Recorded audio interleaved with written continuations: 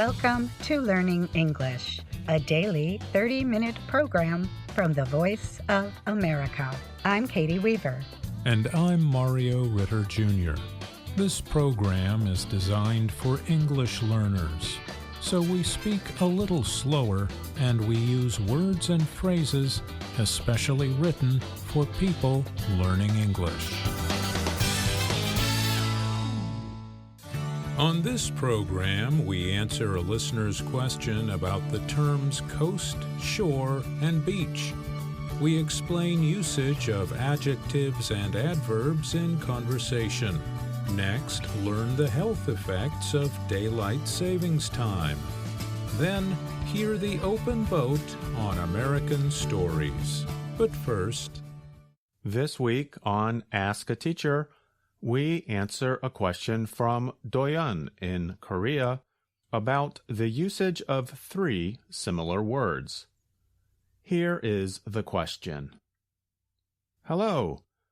I want to know the differences between the beach, coast, and shore. Thank you. You ask a useful question, Doyeon. Beach, shore, and coast are related words, but they have some important differences. Beach. The word beach is the most specific of the three words. The Collins Online Dictionary defines beach as a nearly level stretch of pebbles and sand beside a sea, lake, etc., often washed by high water. Ocean beaches are popular places to visit.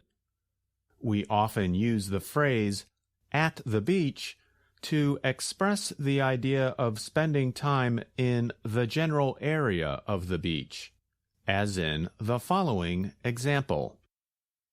They will vacation at the beach this summer. We usually say on the beach when describing specific activities we do there. She went for a walk on the beach. I'm going to spend my afternoon on the beach. They are playing football on the beach. Coast. The Learning English Word Book defines coast as land on the edge of the ocean. We can use the word to describe a wide area, however. For example, Baltimore, Maryland is an East Coast city, even though it is several kilometers from the Atlantic Ocean. Here are more examples of how we can use coast in a sentence. The Florida coast has many nice towns and beaches.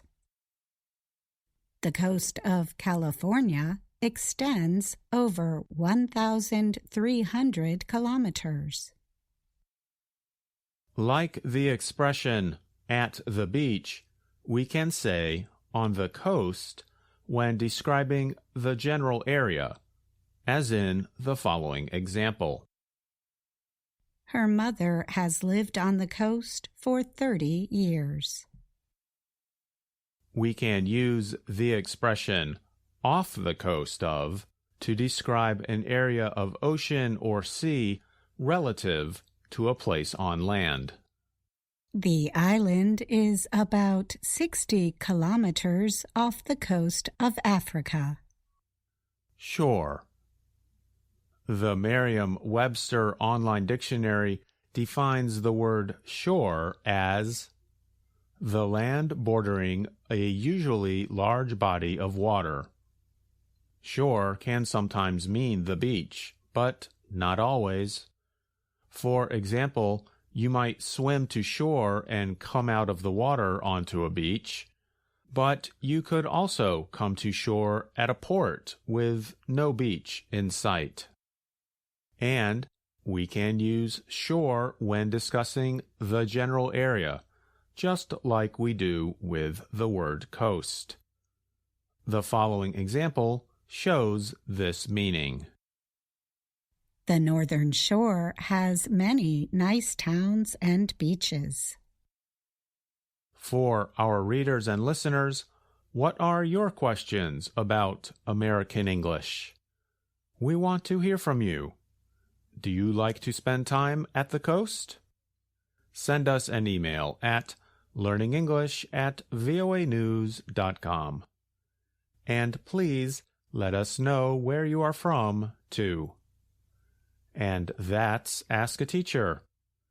I'm Andrew Smith.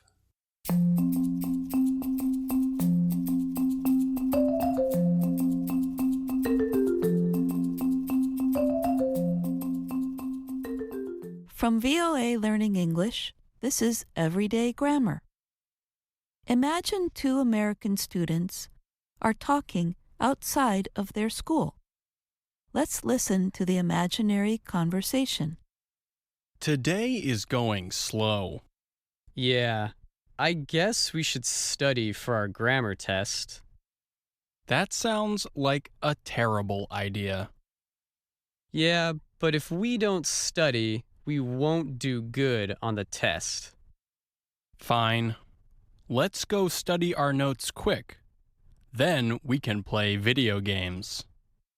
These bad students may hate grammar, but they just taught you some common grammatical structures in conversational American English. In today's report, we will study how conversational grammar differs from written and formal grammatical structures. We will show you how some Americans use adjectives and adverbs in casual conversation. Adjectives are words that give information about nouns. They generally appear before nouns, although they also appear after linking verbs. Here are two examples. You are a good student. Learning English is fun. In the two example sentences, the words good and fun are adjectives. They are telling you something about a noun. Adverbs are often used to modify adjectives or verbs. They give information about reason, manner, time, and so on. For example, the adverb loudly appears in this sentence. We sang loudly. The adverb loudly modifies the past tense verb sang. It tells about the way in which the subject, we, sang. Adverbs often have an ly ending, but there are many that do not. You can read more about adverbs in past everyday grammar stories. Let's think back to the conversation we heard at the beginning of the story. Today is going slow. Yeah, I guess we should study for our grammar test. That sounds like a terrible idea.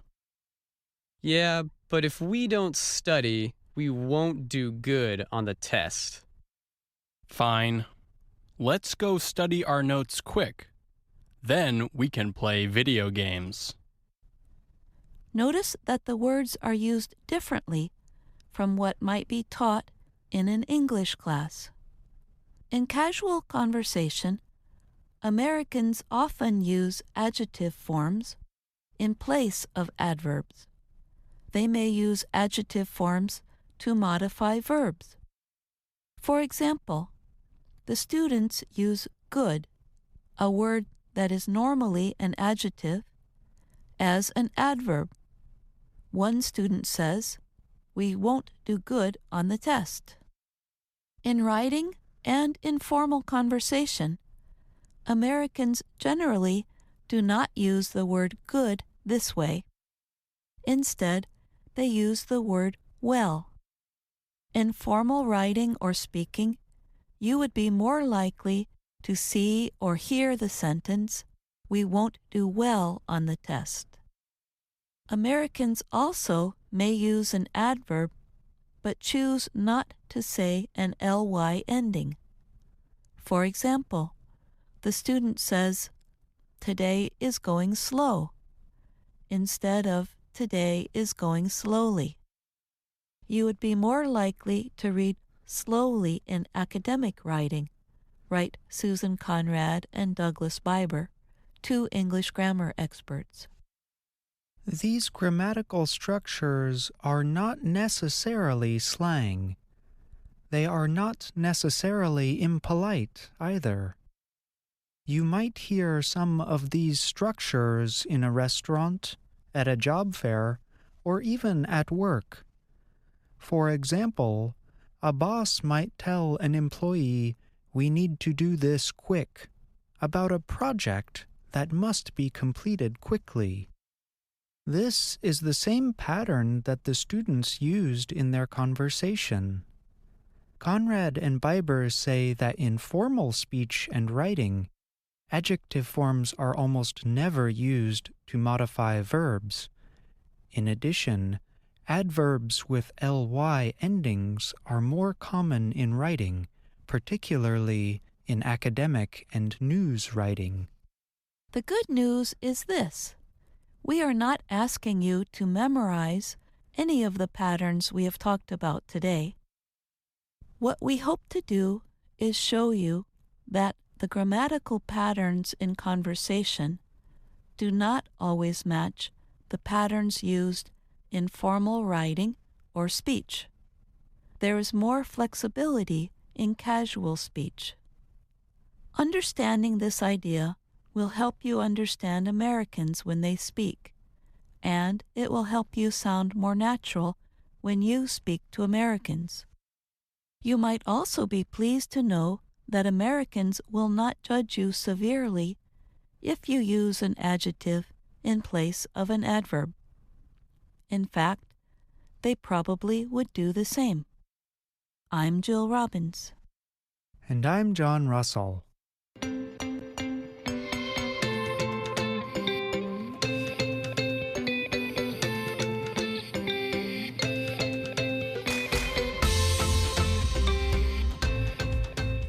Much of the United States springs forward on Sunday, March 9th, for Daylight Saving Time. Worldwide, many other countries also observe Daylight Saving Time, starting and ending on different dates. The time change can leave people tired and perhaps unhappy the next day. But it also might even harm health. Some studies have found an increase in heart attacks and strokes right after the March time change. However, there are ways to ease the effects of the time change, including getting more sunshine. The light helps reset your circadian rhythm for healthful sleep. In the U.S., Daylight Saving Time begins Sunday at 2 o'clock in the morning. The time change will reverse on November 2nd, when clocks fall back as Daylight Saving Time ends.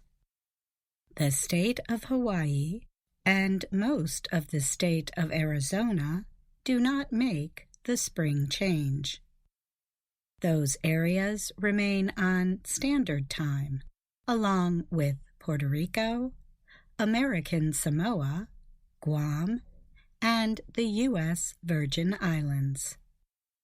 Some people try to prepare for the change to Daylight Saving Time by going to bed a little earlier, 2 or 3 nights ahead.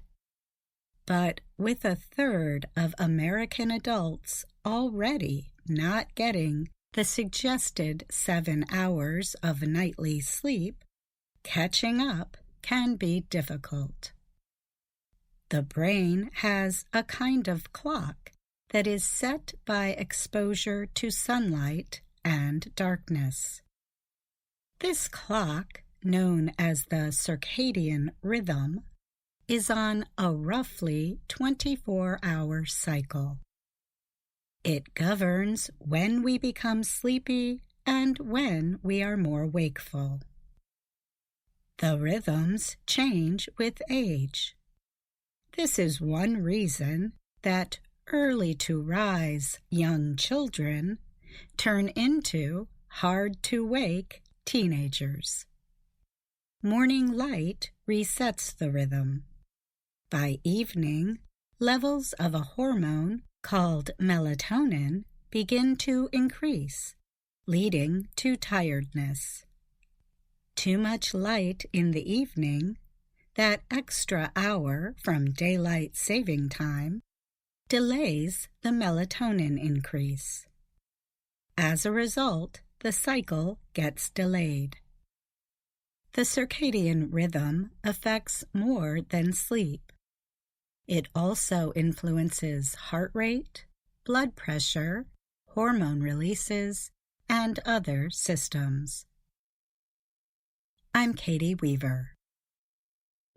Our story today is called The Open Boat. It was written by Stephen Crane and is based on what really happened to him in 1896. Crane was traveling from the United States to Cuba as a newspaper reporter. One night, his ship hit a sandbar. It sank in the Atlantic Ocean off the coast of Florida. Most of the people on board got into lifeboats. Crane was among the last to leave. There were 3 others with him: the ship's captain, the cook, and a sailor. These 4 men climbed into the only remaining lifeboat. The boat was so small that no one believed it could stay afloat for very long. None of the 4 men thought he would ever reach the shore. But the men fought the rough seas bravely with all their strength. Would they finally reach land? Here is Shep O'Neill with the first part of the story. The small lifeboat bounced from wave to wave in the rough seas of the Atlantic. The 4 men in the boat could not see the sky. The waves rose too high. The waves, with their white tops, pushed at the open boat with angry violence. Every man thought each wave would be his last. Surely the boat would sink, and he would drown. The man thought that most adults would need a bathtub larger than the boat they were sailing. The waves were huge, and each created a problem in guiding the direction of the boat. For 2 days, since the ship sank, the 4 men had been struggling to reach land. But there was no land to be seen. All the men saw were violent waves, which rose and came fiercely down on them.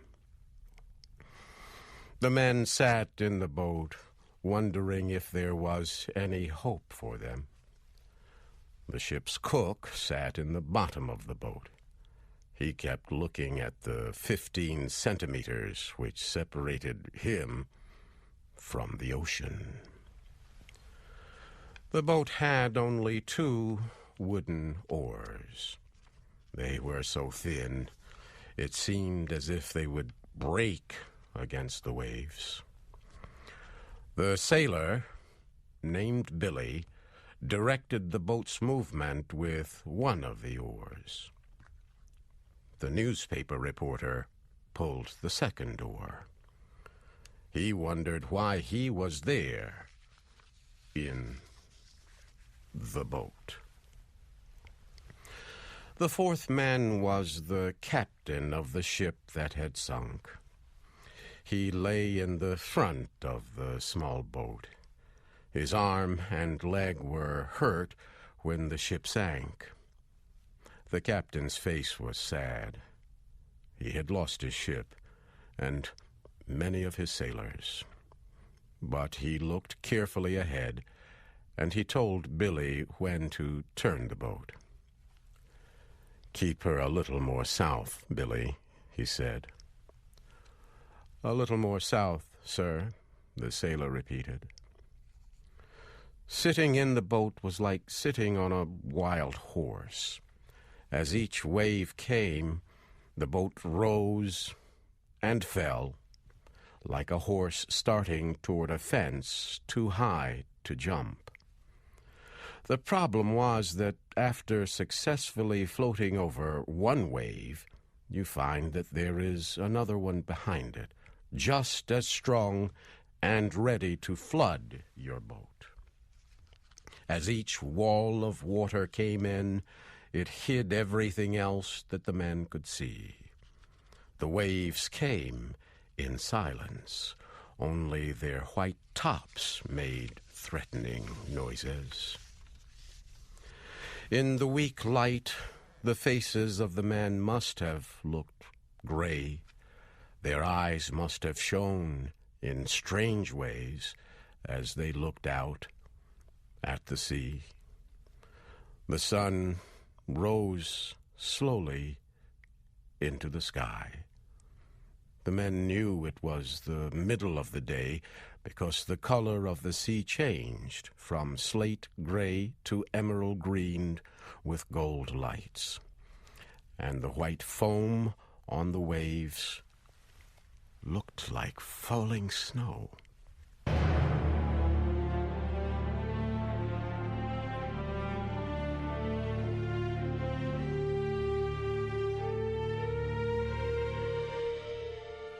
As the lifeboat bounced from the top of each wave, the wind tore through the hair of the men. As the boat dropped down again, the water fell just past them. The top of each wave was a hill from which the men could see, for a brief period, a wide area of shining sea. The cook said the men were lucky because the wind was blowing toward the shore. If it started blowing the other way, they would never reach land. The reporter and the sailor agreed, but the captain laughed in a way that expressed humor and tragedy all in one. He asked, "Do you think we've got much of a chance now, boys?" This made the others stop talking. To express any hope at this time, they felt to be childish and stupid. But they also did not want to suggest there was no hope, so they were silent. "Oh, well," said the captain, "we'll get ashore all right."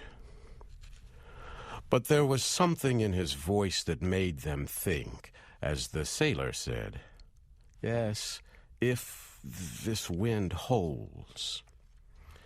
Seagulls flew near and far. Sometimes the birds sat down on the sea in groups near brown seaweed that rolled on the waves. The anger of the sea was no more to them than it was to a group of chickens 1,000 miles away on land. Often the seagulls came very close and stared at the men with black bead-like eyes. The men shouted angrily at them, telling them to be gone. The sailor and the reporter kept rowing with the thin wooden oars. Sometimes they sat together, each using an oar. Sometimes one would pull on both oars, while the other rested. Brown pieces of seaweed appeared from time to time. They were like islands, bits of earth that did not move. They showed the men in the boat that it was slowly making progress toward land.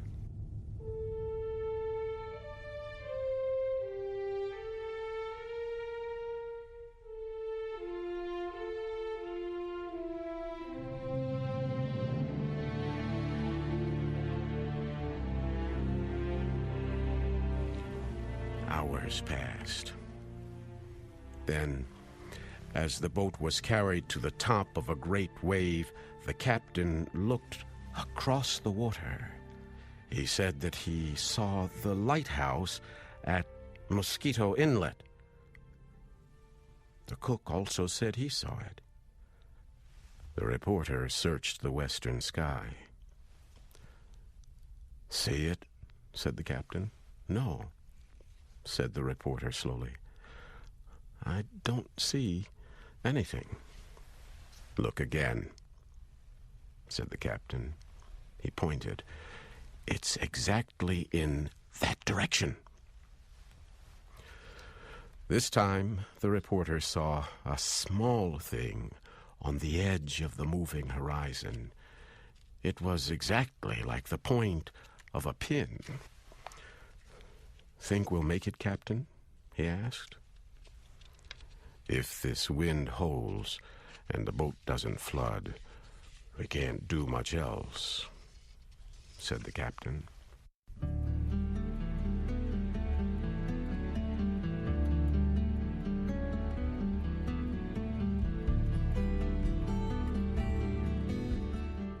It would be difficult to describe the brotherhood of men that was here established on the sea. Each man felt it warmed him. They were a captain, a sailor, a cook, and a reporter. And they were friends.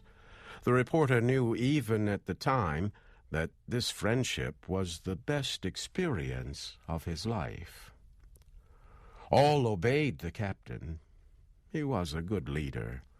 He always spoke in a low voice and calmly. "I wish we had a sail," he said, "to give you two boys a chance to rest." So they used his coat and one of the oars to make a sail, and the boat moved much more quickly. The lighthouse had been slowly growing larger. At last, from the top of each wave, the men in the boat could see land. Slowly, the land seemed to rise from the sea. Soon, the men could see two lines, one black and one white. They knew that the black line was formed by trees, and the white line was the sand. At last, the captain saw a house on the shore, and the lighthouse became even larger. "The keeper of the lighthouse should be able to see us now," said the captain. "He'll notify the life-saving people." Slowly and beautifully, the land rose from the sea. The wind came again. Finally, the men heard a new sound, the sound of waves breaking and crashing on the shore. "We'll never be able to make the lighthouse now," said the captain. "Swing her head a little more north, Billy." "A little more north, sir," said the sailor. The men watched the shore grow larger. They became hopeful. In an hour, perhaps, they would be on land. The men struggled to keep the boat from turning over. They were used to balancing in the boat. Now they rode this wild horse of a boat like circus men. The water poured over them. The reporter thought he was now wet to the skin, but he felt in the top pocket of his coat and found 8 cigars. 4 were wet, but 4 were still dry. One of the men found some dry matches. Each man lit a cigar. The 4 men sailed in their boat with the belief of a rescue shining in their eyes. They smoked their big cigars and took a drink of water.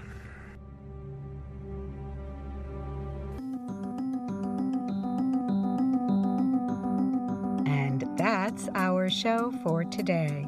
But join us again tomorrow to keep learning English on the Voice of America. I'm Katie Weaver. And I'm